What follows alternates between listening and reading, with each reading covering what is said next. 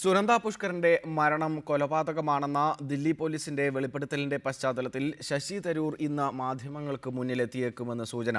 തരൂർ ചികിത്സയിൽ കഴിയുന്ന ഗുരുവായൂർ പെരുമ്പായിൽ മനയ്ക്ക് മുന്നിൽ ദേശീയ മാധ്യമങ്ങൾ ഉൾപ്പെടെയുള്ളവരുടെ നിരയാണ് നിലയുറപ്പിച്ചിരിക്കുന്നത്.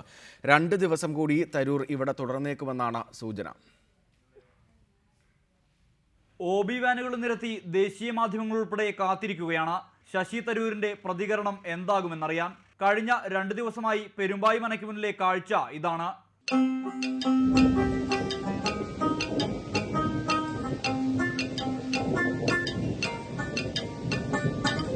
സുനന്ദയുടെ മരണം കൊലപാതകമാണെന്ന് ദില്ലി പോലീസ് സ്ഥിരീകരിച്ചപ്പോൾ തരൂർ ഇവിടെ ആയുർവേദ ചികിത്സയിലായിരുന്നു.